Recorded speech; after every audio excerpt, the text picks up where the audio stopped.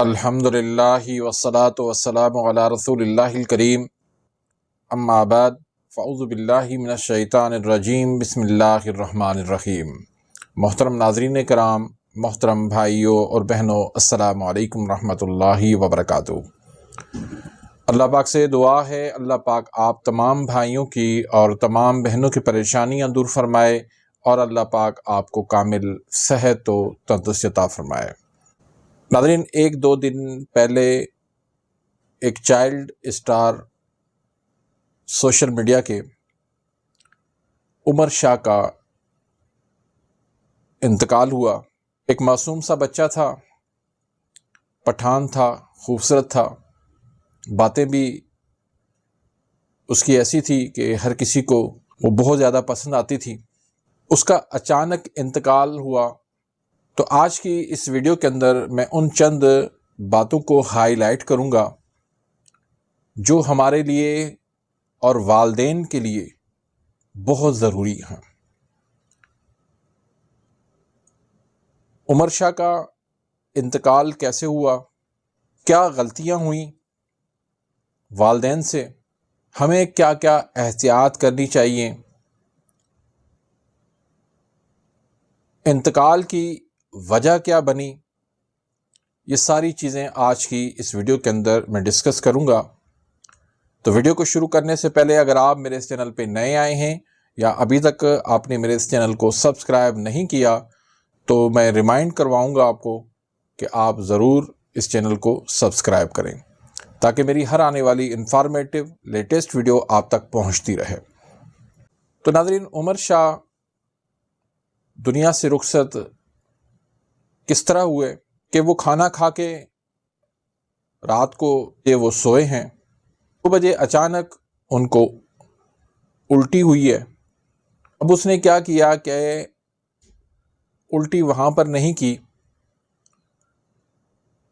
Wash room تک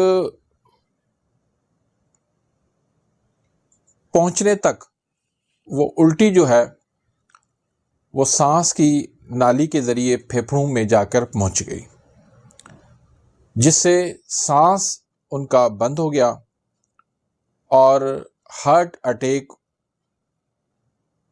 ان کو ہو گیا اور ان کی ڈیتھ ہو گئی۔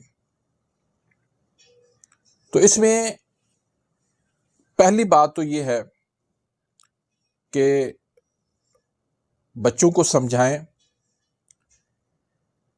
بچوں کی تربیت کریں کہ اگر اس طرح کا مسئلہ ہو تو اس کو کبھی بھی الٹی کو روکیں مت، اور بچوں کو ہمیشہ اپنی نگرانی میں رکھیں۔ الگ روم میں جب آپ ان کو سلاتے ہیں تو آپ کو پتہ نہیں ہوتا کہ رات کے وقت ان کے ساتھ کیا ہوتا ہے، تو اپنی نگرانی میں ان کو رکھیں۔ بچوں کو سکھائیں کہ جب بھی الٹی کا معاملہ ہو تو آپ اسی وقت وہاں پر کر لیں، کوئی مسئلہ نہیں ہے۔ فرش خراب ہوتا ہے، بیڈ خراب ہوتا ہے، کوئی مسئلہ نہیں ہے۔ دوسری بات یہ کہ رات کو دیر سے کبھی بھی کھانا نہ دیں بچوں کو۔ ہمیشہ کوشش کریں کہ کھانا سونے سے کم از کم 3 گھنٹے پہلے کھلا دیں۔ جب وہ آپ کھانا سوتے وقت دیتے ہیں تو اس سے کیا ہوتا ہے کہ وہ کھانا ہضم نہیں ہوتا، وہ فوڈ پوائزن ہو جاتا ہے اور کھانا وہ بچہ الٹی کر دیتا ہے۔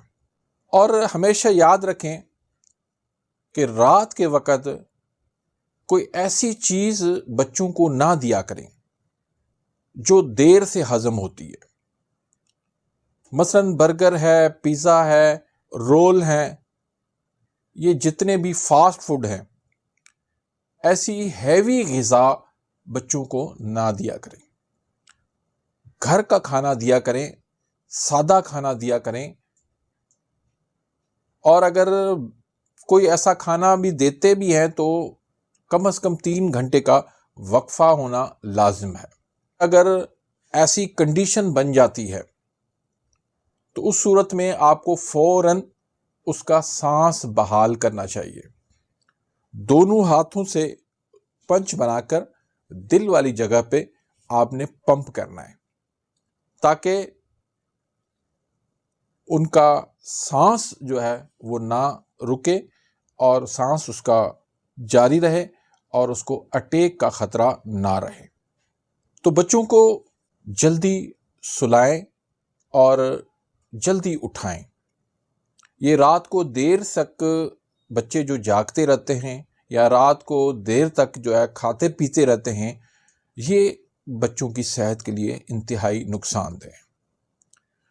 دوسرا پہلو اس کا یہ ہے کہ بچوں کو نظر بد بہت زیادہ لگتی ہے. تو کوشش کریں کہ بچوں کو سوشل میڈیا پہ نہ لے کر آئیں. آج کل ایک ٹرینڈ بن چکا ہے کہ اپنی فیملی کو، اپنے بچوں کو لوگ سوشل میڈیا پہ لے کے آ رہے ہیں. کس لیے؟ صرف پیسوں کی خاطر. تو یہ انتہائی غلط ہے. اپنی فیملی کو بھی بچا کے رکھیں سوشل میڈیا سے اور اپنے بچوں کو بھی سوشل میڈیا سے بچا کے رکھیں. چھوٹے بچے ہیں، اسکول جاتے ہیں، گھر سے باہر جاتے ہیں، تو ان پر دم کیا کریں، دم کر کے بھیجا کریں. جب وہ گھر میں آئیں تو بھی دم کر لیا کریں. تینوں کل جو ہے وہ پڑھ کے ان پر دم کر دیں. انشاءاللہ ان کے اوپر کبھی بھی نظر بد کے اثرات نہیں آئیں گے. اب آپ دیکھ لیں، ایک ہی گھر میں سال کے اندر پہلے اس کی بہن جو ہے وہ فوت ہوئی اور اس کے بعد یہ فوت ہوا. تو یہ نظر بد لگتی ہے اس طرح، کیونکہ بچوں کو نظر بد بہت زیادہ لگتی ہے، بہت ہی زیادہ لگتی ہے. تو بچوں کا ہنسنا، بچوں کا مسکرانا، بچوں کی باتیں کرنا، اس میں بہت زیادہ نظر لگتی ہے. تو اپنے بچوں کو بچائیں ان چیزوں سے، نظر بد سے بچا کے رکھیں، سوشل میڈیا سے بچا کے رکھیں، اور رات کو دیر سے ان کو کھانا نہ دیں. ان کی نگرانی کریں. ان کے کمرے میں بے شک آپ کیمرے لگا دیں تاکہ پتہ ہونا چاہیے کہ ہمارے بچے اس وقت کس حال میں ہیں. بچوں کو اپنے رحم و کرم پہ نہ چھوڑیں. خدا را بچوں کی حفاظت کریں. یہ چھوٹے پھول ہیں، یہ جلدی مرجھا جاتے ہیں. ان کی حفاظت کریں.